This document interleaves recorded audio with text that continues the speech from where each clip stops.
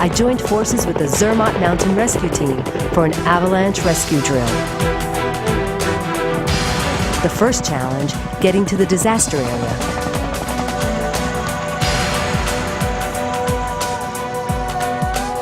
Just over that mountain, crew members prepare for the drill by burying a person underneath the snow. And here I am, hanging in there with the rescuers and racing the clock to find this victim. But before I land, let's back up a bit.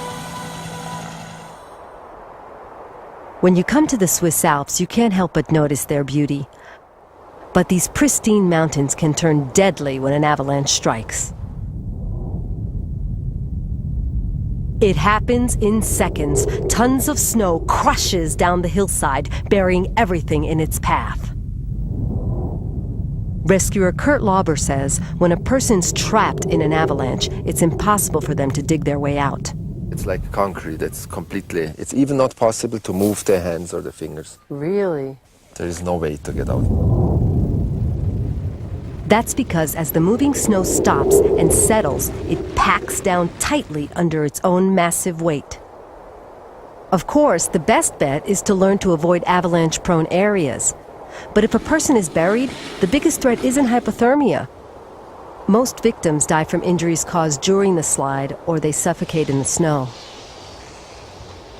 If it's possible for you to cover your mouth with the hands, then afterwards, when the snow is stopping, you have a little bit of space around surrounding your mouth, and that can help you to survive. That's why time is such a critical factor. Chances for survival are best if the victim is found within the first few minutes. I found out there are several ways the team looks for people. One uses these tall probes. We stand shoulder to shoulder and push the probes down deep into the snow, hoping to feel someone buried underneath. But this takes a lot of time, and time is critical. I give you a beeper. A faster way is if the victim is properly equipped for skiing in avalanche country. This electronic rescue beacon transmits a high-frequency signal which can be heard on a receiver. And if you are coming back again, as closer we get, as louder it will be. Oh yeah, that is cool. And on this way we can find people. But too many accident victims aren't wearing beacons, which makes the role of the search and rescue dogs, like Bella and Sammy, so important. What does the dog look for? Yeah, the dog, he's working just with his nose. Uh-huh. That's the only thing. What is he picking up on, though? What is the dog sniffing for? Just the smell. You know, it takes always a couple minutes until the smell from the people he's coming out. Oh, it rises through the snow. Yes. Oh, wow. And the dog is working just with the nose, you know. But real avalanche victims, and even the one buried for our drill, get buried under piles of snow. So how can dogs smell them? Well, to find out, I talked with veterinarian Mary Craig in St. Paul, Minnesota. Mary, what I'm trying to find out is, how do dogs use their nose to track people? Good question. When dogs pick up on scents, and even when we do, they're picking up on molecules that are in the air. So you mean molecules that they're leaving like a trail of breadcrumbs? Well, actually, yes, it does. Okay, well, I mean, I can smell you standing next to me if you have a perfume on, right? But I can't smell somebody if they're standing 100 feet away. How does the dog do that? Yeah. Dogs are very good at concentrating those odors, and they're much, much more sensitive to them than we are. A German Shepherd dog has 220 million receptor cells in their nose, compared to the 5 million that we have. Wow, yes. Big difference. So they're very good at picking up on scents. In that little tiny little nose? Yes, believe it or not. In fact, the little tiny nose is filled with waves and waves of tissue that collect those scents. So if you flattened it out, it would be a huge area that they have inside their noses to smell. Really? Mary says scientists don't have all the answers yet about how a dog's scenting abilities work, but she says they do know that rapid sniffing is important. That sniffing action, bringing the air in little pulses into the nose, helps to concentrate the odors.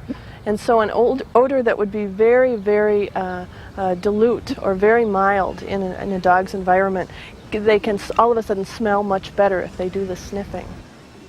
But how do dogs recognize one smell from another? Odor molecules go up the nasal passage, then dissolve into the moist inner lining or mucus, Here, scent receptors send messages to the brain, which keeps track of thousands of different odors. All dogs have the right equipment, as these search and rescue dogs have. Their incredibly strong sense of smell. But not all dogs can do this kind of work. Trainers have to spend years working with their dogs before they can be certified to search for and rescue people. But what I still want to know is how you train a dog to find something or someone under piles of snow. You start off with something, your object that you want the dog to find above ground, and then slowly move it to more difficult areas or more distant areas. Maybe you start by burying it under an inch of snow and let them dig it up, like so many dogs dig things up in the backyard. And then 2 inches, and then a foot, and then 6 feet, 6 to 10 feet in some cases. Which brings us back to where we started. Our avalanche drill is in high gear. I have to admit, I'm feeling a little nervous as I see the ground get close, but the pilot gently sets me down onto the snowfield, carefully, but wasting no time. The trainers immediately start the dogs off. First Sammy, then Bella. Bella goes in one direction, Sammy in another, so that they cover the whole area. They're trained to always move into the wind, so they have the best chance of picking up a scent. From her snow cave, our victim can hear footsteps overhead, but any sound she makes is muffled by the snow. As the dogs search, the clock keeps running. And for these dogs, it doesn't matter whether it's a drill like this one or a real rescue. They're eager to find a person buried in the snow. Finally, Sammy zeroes in on the spot. He signals his trainer by barking and frantically digging. He's getting it. Jeez. He's in there. He's in there. He's got her. All right. All right. Good dog. Incredibly, Wanna get that from Sammy discovers our buried victim within a few short minutes, How you and in doing? this case, a life would be saved. A person threatened by the harsh forces of nature is rescued, thanks to a dog's keen sense of smell. Are we filming now? Yes. Oh, we are? Oh, hello. Hi. Hello. I am serious Newtonian person. Fortunately, I know the science behind. Fortunately, I have. Hey, Bella. Ah! Ow! Say hi to the American public.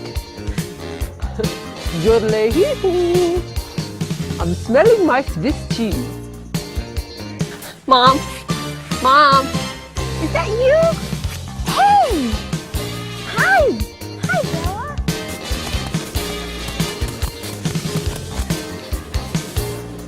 You're a good girl. Hi. That was pretty cool.